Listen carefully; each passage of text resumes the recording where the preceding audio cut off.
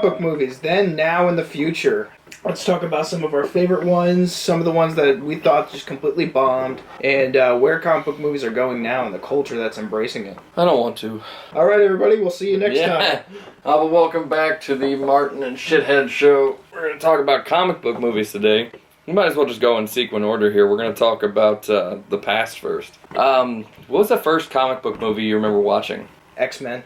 Is it really? In 2000, yeah. That's the first one you remember? Yes. You want to know what the first one I remember watching was? Maybe Batman Forever. You want to know what the first comic book movie I watched was? And you might be a little surprised by this. Howard the Duck. Oh, okay, yeah, I remember Howard the Duck was the first ever comic... Now, I didn't know at the time that it was a comic book movie. It was Marvel. Yeah, but actually Howard the Duck, and I loved that movie. There was something about a dude in a hot-ass fucking duck suit walking around in the sunny days. I don't even remember where the movie took place, but by the fountain. You know, I've heard talks about a sequel. Oh, Lord. I mean, why not? We're doing Rocket Raccoon now. But before we can get to any of that, like I said, let's talk about the past. You know, Batman movies have always seemed to have been there. Like, whether I'm watching Michael Keaton, George Clooney, for the unfortunate times we had to watch George Clooney, Christian Bale, Adam West. It doesn't really matter. Like, every generation, it seems, there's a Batman movie or movies. And I'm glad. There always will be. Well, I'm glad. And, you know, there's a reason that they stopped making Superman movies for a long time after Christopher Reeves. I mean, Batman movies date back to the 40s. Yeah. Was it the 40s? Because I thought the first Batman show was the 60s with Adam West. No, there was a 40s one where they drove around in like a 1940s Ford, and oh, Lord. It was a black and white, It was one of those old crankshaft fucking... Yes. I think it was... So, like, before he could go, like, find the Riddler or the Joker, he had to crank up the fucking... Get the Model T, Robin. I think it was silent film. I don't know if there was any... It was the 40s, though, so they did have sound. Oh, Lord. Silent film, just as... It was really cheesy, They rode around in a Ford. Oh. Yeah, that was the Batmobile. Just a black Model T? Yeah. If we're going to talk about the movies, let's just talk about the Silver Age of comics in general and the shit fest that was that, because Superman had a new power every issue. Yeah, that's right. He was like, oh no, there's a comet coming towards Earth and I don't have any powers that can make this stop. And the writer's like, but wait, yes you do. Superman's like, I remember now. These are my latent Kryptonian cells reminding me of my powers. Well, actually, at the beginning of the Silver Age, there was a lot of shit because of the comic codes that a lot of people try to forget. Like, there was a bat dog. There were a lot of bad things that people want to forget. And they have forgotten about. I mean, if it wasn't for assholes like us talking about this shit, nobody'd know about it. Yeah, we're keeping it alive. We keep it alive. You guys have to know how bad it was before you can truly appreciate how good it is. They're trying to flatline it in podcasts. And I'm talking about it like I was alive back then. Yeah. Like, I was born in '89. I wasn't even there to see this shit firsthand. I can only imagine what these old timers, the people who are in their 70s, 80s, who, let's say they were comic book fans back then, like, I wonder if they look at today's comic books and they're like, oh god, this is so much better. Or if they're like, the majority of them are like, you don't know what real comics are. I bet it blows their mind. They're going back and reading, like, even before the Silver Age, the Golden Age, where everything was because of magic. Oh, and then all of a sudden this thing called science came in. Yeah. And completely changed everybody. I know, we're talking about parallel universes and stuff in comic books now, and back then, if Batman just had boomerangs. Yeah. Just the Batarang. That's all he had. Batarang and a grappling hook, and he was just solving fucking crimes. Yeah. But I'm glad that those movies have been around, like, as much as I bitch about them now, I really, when I was younger, just enjoyed watching even the George Clooney Batmans, because it was Batman. Did you know when you were watching Arnold Schwarzenegger, did you know it was bad, or were you just, like, all in for it? No, I knew it was bad. I didn't. I'm a little younger than you were. I was all for it. I knew it was bad because, well, you have to understand the animated series was on. Uh-huh. So you knew who Mr. Freeze was. He wasn't a new character. Mr. Freeze was a cold, calculating, sinister individual who would stop at nothing to get back Nora Freeze. And then all of a sudden, just cool party. Yeah. Yeah, he just... What was that song he did? I'm Mr. Winter. Yeah, no, that's actually from a movie that I love. I love A Year Without a Santa Claus. Yeah, that's Snow Miser. He's got his fucking, like, clowns. Clowns. Why does he have clowns, first of all? Like, fucking clown douchebags with spike armor. For as dark and as cool as the Tim Burton ones were, you go back and look at them, and why is Penguin riding in a swan boat? I actually think that was Danny DeVito. Yeah. I don't even know if that was Tim Burton. I mean, other than the fact that because it was painted into a duck that looks, Yeah. it looks just like the Nightmare Before Christmas duck, the one that, they bring to life and it tries to eat things. You're always gonna have cheese with Batman. Yeah. Like I enjoyed, even though, like, Two-Face and Riddler. I love Jim Carrey as Riddler, and I like Tommy Lee Jones. He's still what people think as of Two-Face. as the Riddler, yeah. And these movies really... because you can't have the Riddler without cheese. He's a cheese character. Yeah, that's what he is. Two-Face, I love the Aaron Eckhart version. Don't get me wrong, it's fantastic. That's what Two-Face is. But Tommy Lee Jones, like... You think of Doodah. Yeah. Like, standing outside of the bank, Doodah. Yeah. Can you imagine, what was going through Tommy Lee Jones's mind when he got that script? Because, Jim Carrey just does what he wants. He got the script and he probably threw it away because he was like, nope, I'm not doing that shit. Yes. I'm going to do the Riddler the way I think so. But I think Tommy Lee Jones, he was a serious actor. I'm sure, he did Men in Black. So, do you think he looked at the script after doing, The Fugitive and shit like that and was just like, what the fuck? Tommy Lee always seems uncomfortable, in his roles. When he has to do something really stupid, he's too much of a man for this role. So he always seems he's in this cartoon world and he's just... But he keeps doing them. I know, he's always the same voice, just did you see Small Soldiers? Yes, I love Small... That's not a kid's movie. No, it's not. But I love that movie. I love that movie. And it's just, if it wasn't for Tommy Lee Jones being Major Chip Hazard, I don't think I would like that movie as much as I do. Because he's just like, they are the enemy. He's so intense as this little bitty, doll. Seek and destroy. Small Soldiers and Conker's Bad Fur Day were two things that parents had no idea what their kids were doing. No. You couldn't get away with that stuff today. No. Because too many parents are parents won't even let their kids get fucking immunizations nowadays.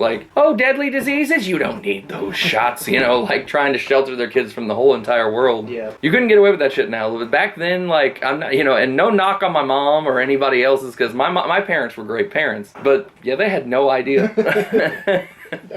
Flash forward, well, actually going back, the movie that put superhero films on the map was Donner's Superman. Well, still Reeves, Christopher Reeves, did the impossible in that movie. He made...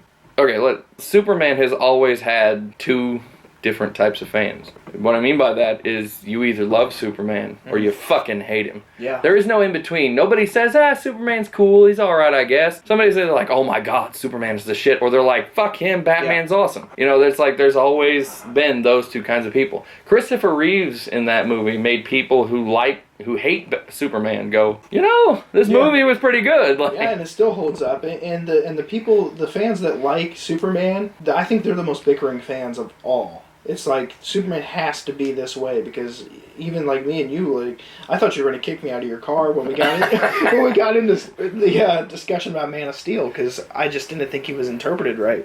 So people that love Superman fight about what Superman should be. Well, see, and that's because as much as the reason that most people don't like Superman is the reason I don't like him. He's not a deep character. No, he's not. Just this invulnerable, all-powerful being who's an emo kid. Yeah. And that's what he is. Unfortunately, and there's nothing deep to him. A long time ago, he got sent from fucking Krypton. He crash-landed in a goddamn cornfield. Jonathan Kent found him, and Jonathan Kent told him his entire life, you can't use your powers because people will find out. And even though they couldn't take you away if they tried, they'll take you away.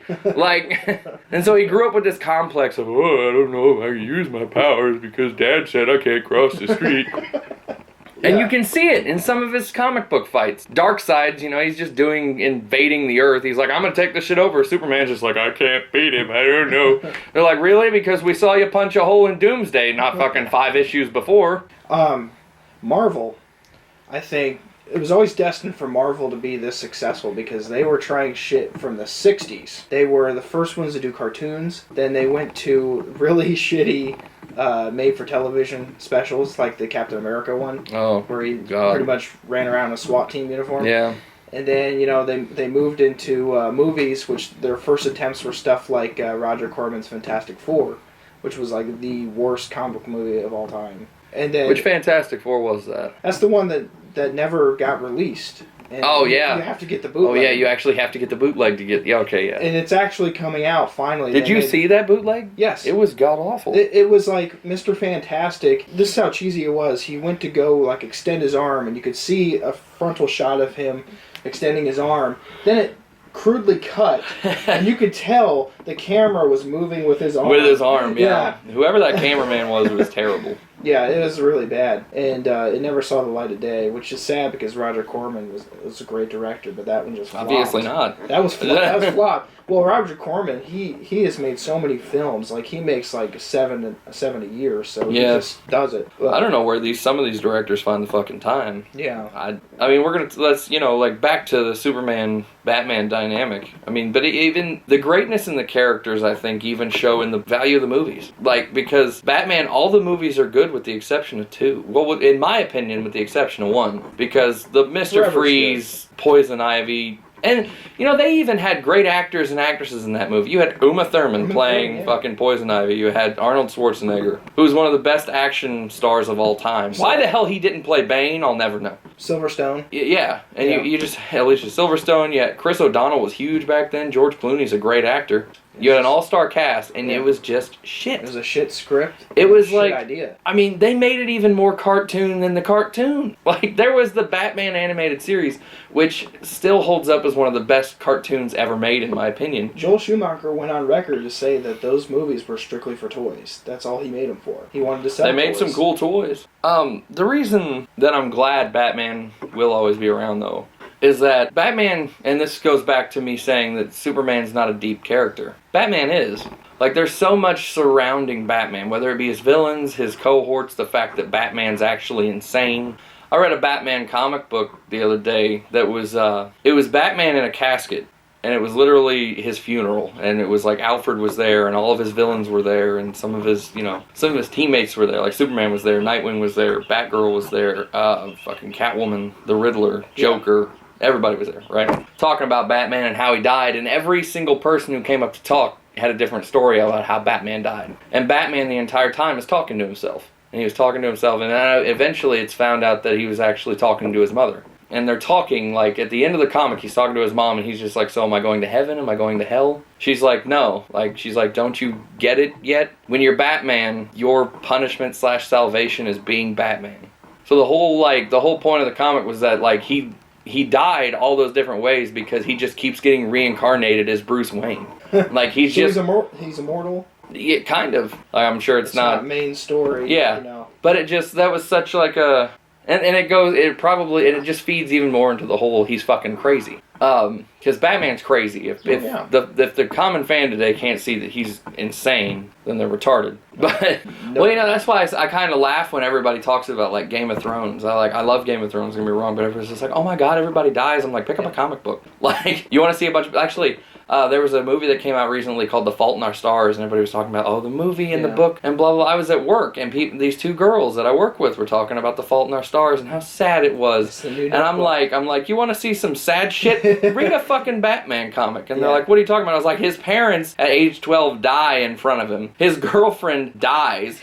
Like, she gets shot, paralyzed by the Joker. Every protege he gets killed some way. The Joker beat one of them to death with a crowbar. Like, you want to talk about some fucking sadness Joker in your life? His sidekick in the back. Yeah. Paralyzed her. Yeah, that's what I was talking about. Yeah. Just shot her he just shot her in the spine and just fucking paralyzed her. Like, so I was like, you want to see some sad shit? Like, these 2 people in this book or movie called The Fault in Our Stars, they know they have cancer. Like, you want to see some shit? And I was like, Spider-Man. Like, his Uncle Ben dies. His parents die before he even becomes Spider-Man. His Uncle Ben dies after he becomes Spider-Man. Gwen Stacy, his first actual true love, fucking Goblin drops her. Horrible luck with Goblin drops her. And he catches her. That's the worst part. He catches her. Yeah. And the way he catches her, the physics behind it, her neck snaps in his arms.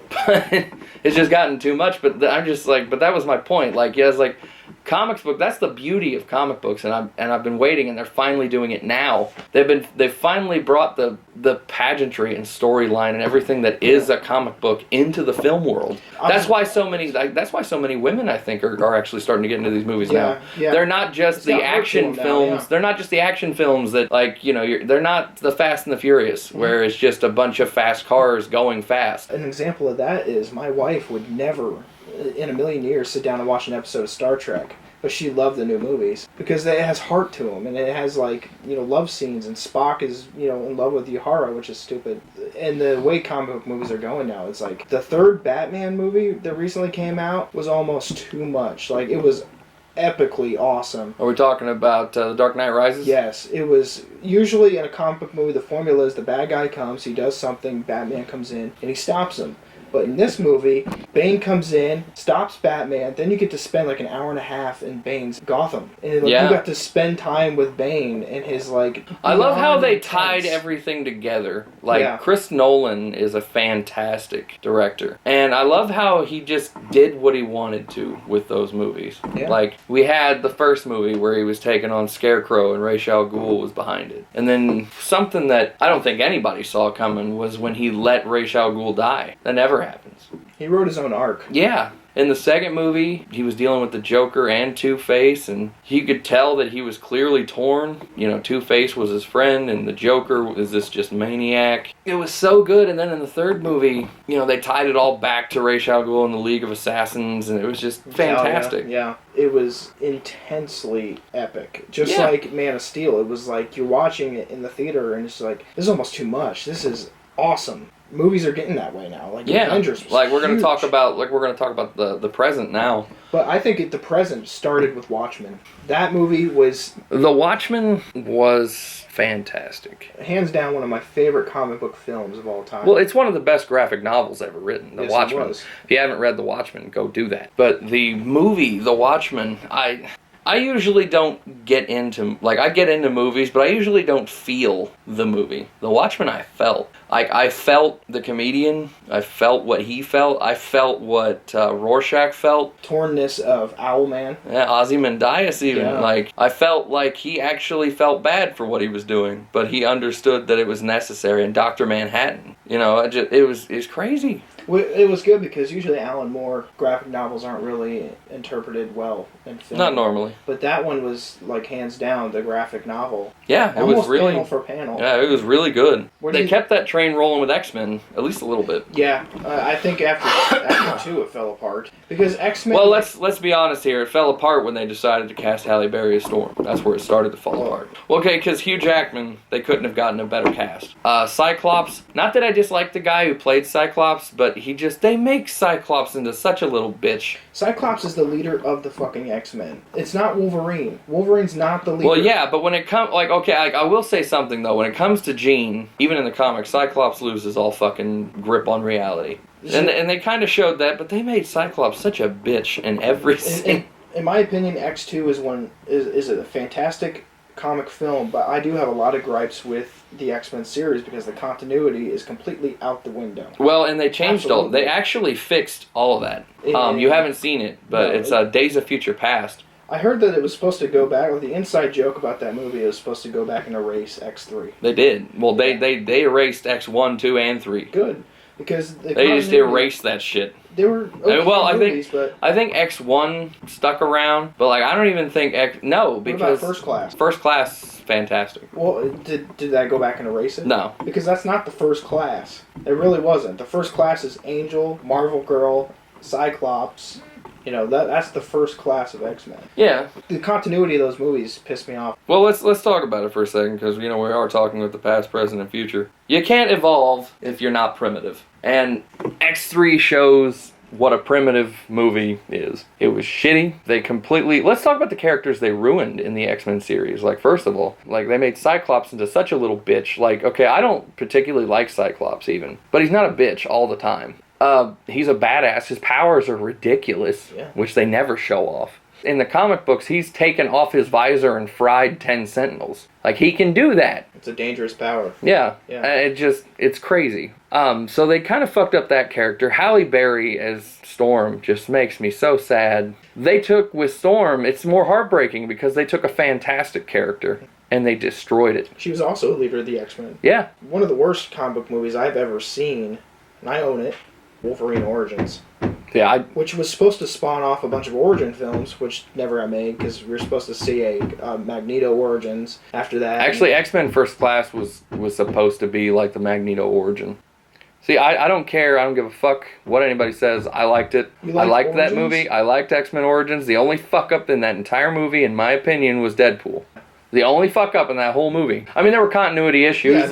That's my main gripe about everything. Continuity. Just keep with continuity. Why the hell does Wolverine and the Blob even know each other at that point? And that movie had a lot of CGI issues too. I mean, you have a bunch of X-Men movies where they get his blades perfectly right, and then if you see in X-Men Origins, his blades look like they're crudely pasted on. Yeah, PNG images. There are problems, but I like the movie overall. And plus, I love the story of him in Canada. Well, if you think about it, not a lot of people know that him and Sabretooth are brothers. You now know that now, thanks to the film, because a lot of people don't read them. So a lot of people don't know that. There's things that they did in Origins, would anybody, and I mean this, other than comic book people, even give a shit about Deadpool if Ryan Reynolds wouldn't have done such a bang-up job as Wade Wilson? You think he did a good job? Deadpool's popularity has skyrocketed since that movie. I've noticed that, and I don't get it. What do you mean you don't get it? I don't like Deadpool. Why? He's the Jar Jar Binks of comics. I just don't like him. I'm going to completely disagree with you there. That's just one big joke to me, until he, decapitates somebody, but I don't like Deadpool at all. But his popularity has skyrocketed, which has made the comic book world's popularity skyrocket. Yep. Because that's just one more character. The more characters we can get people to like as far as comic books are concerned, that's the better future for comic books and comic book movies. I was going to ask you, what do you think the future comic book movies are going into? Are you a fan? Oh yeah, I'm a huge fan. Are you kidding me? They're starting to do it right. You're talking about comic book characters and storylines on every medium. They already have video games. They have Facebook games. They have mobile games. We have comic books, of course, and now we're gonna have TV shows because, let's look at it. Netflix, right? Yeah. Okay, on TV, just on TV, not Netflix or anything. We've got Arrow, fantastic show, one of the best shows on TV right now. And it's a comic book TV show. Marvel's a Shield, one of the best fucking shows on TV right now, and it's a comic book show. The Flash is gonna be coming up. Yeah. And that's a spin-off of Green Arrow or The Arrow. We're talking about, we've got even more shows coming up. We got Gotham coming up. Gotham's going to be great. It's going to mainly follow Jim Gordon. But we're going to be looking at the origin of a lot of Batman's villains, which nobody ever tells the origins of them. We're going to find those stuff out. If you don't already know, you're going to find out. We're going to be able to see a young Bruce Wayne, before he even puts on the cowl. And I'm hoping what they do with Gotham is kind of what they did with Smallville, because with Smallville, you hope he doesn't turn into Batman to the last episode? Not exactly the last episode, but not till the end. I want people to get to know the journey, what it takes to become Batman. I would like that too. I can't wait for it. Going to Marvel, you can't talk about Marvel films without splitting them up in two. There's a difference. There's Marvel Studios, and now there's Fox. And then there's Fox Studios. Yeah, so Marvel Studios is doing a fantastic job, and then there's Fox over here. Fox is coming. It took them a couple of major fuck-ups. Took them a couple of major fuck-ups. It took Spider-Man 3 and X3. I don't know why they can't seem to do 3s, but which if they fuck up 3 of X-Men, I'll kill them. I'm gonna mark out, and I marked out in the theater. I did. I'm gonna go crazy when Age of Apocalypse happens next year. I'm gonna go crazy. I've been waiting for so long because every single fucking time, regardless of the medium, whether it be in comic books, TV shows, whatever, every time Apocalypse shows up, the show gets canceled. They do something. I never get to see Apocalypse. Finally, I'm gonna get a movie dedicated to the Age of Apocalypse. Are you fucking kidding me? I'm going crazy. So if they fuck that movie up, I'm gonna personally find Snyder and break his neck. You know what? We're gonna talk about the future of comic book movies. This is actually kind of a hot button topic. We talk about the future, right? And we talk about how I would like to think. And every time I do start to think that we're living in the future age now and people are starting to become more tolerant and this and that. And then something like this Fantastic Four news comes out and it completely ruins my hope in humanity. Who the fuck cares that Johnny Storm is going to be black? I'm so tired of seeing shit like that. It's a comic book film. Not everything's gonna be the same. If everything was the same, everybody would watch those shitty comic book on film where it's literally just the pages of the comic book being scrolled through. A race issue, right? It's a race issue because when you think that the world's getting any better, there's still as many racism in the world as but we're talking. This is a film. Yeah. This is a film meant for meant for entertainment value. What if? And we're talking about like, okay, everybody's bitching. Oh my God, I can't believe he's black. How are they going to be related? Are you fucking kidding me? Well, that's dumb. Yeah. There's adoption. He's like, they're not going to be related by blood. Yeah. Who cares? The only dynamic that's important is that Sue Storm and Johnny Storm are related. In some way. That's the only dynamic that matters. It's nerd nitpicking. That's what it is. I think it should just be what it was. And if you don't like it, then create a new character. Like when they made the gay Green Lantern. Yeah, but I'm just like, okay, but like Spider-Man, they made a new character. You know, Morales it's a new universe Spider-Man. It wasn't like a black Peter Parker. No, it is a whole nother person, a whole nother set of circumstances. But that's why I kind of get this gripe about the Fantastic Four Johnny Storm. I don't get it because it doesn't matter. The only dynamic that matters is that they're related. That's it. It doesn't change anything in their origin story. It doesn't change one damn thing. All that matters is that they have the same last name and they're related. So if it's by adoption, it doesn't matter. It changes not a damn thing. So I don't even know how you can call it nerd nitpicking because there's nothing to nitpick. Right. But I'm saying there's nothing to nitpick about because it's not going to change the origin story. It's not going to change the character at all. Big deal. You know, people, it just makes me mad. Gripes, yeah. It just makes me mad that's like, and it's like it's the same thing like with this whole like, we're talking about, you know, comic book movies and stuff, and nitpicking this whole Superman versus Batman thing. People bitching, I can't believe Ben Affleck's gonna play a superhero. He played Daredevil. I've never cared about that. I'm just saying, he played Daredevil, and he did a damn good job at Daredevil. You know, he was the bomb in Phantoms, yo. Like, so he's played masked people before, and he's done a fantastic job at it. So people can shut the fuck up with that. People are bitching about the person they cast as Wonder Woman. Oh, she's too small. Like, we've never seen...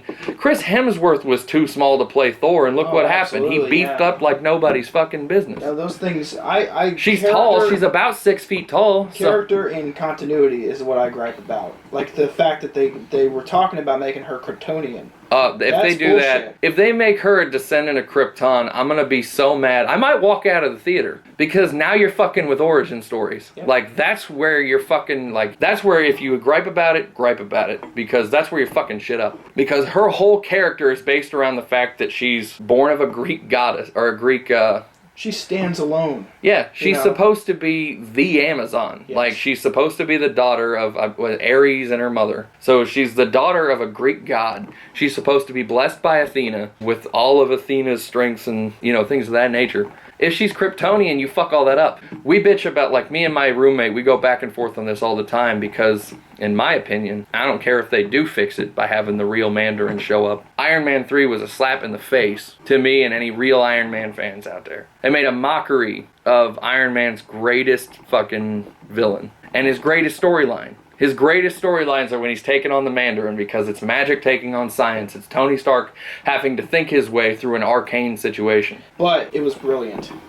They had everyone fucking fooled. I think that was one of the biggest twists I've ever seen in any movie ever. Because I thought that was the Mandarin. Until so did I. That, you know, he was the fucking actor. And I can't tell you how mad I was. Mm-hmm. I even loved that movie up to that point. And then they shit all over my heart. It's such a serious movie. And then all of a sudden the dude starts being a funny jackass. They shit all over my heart.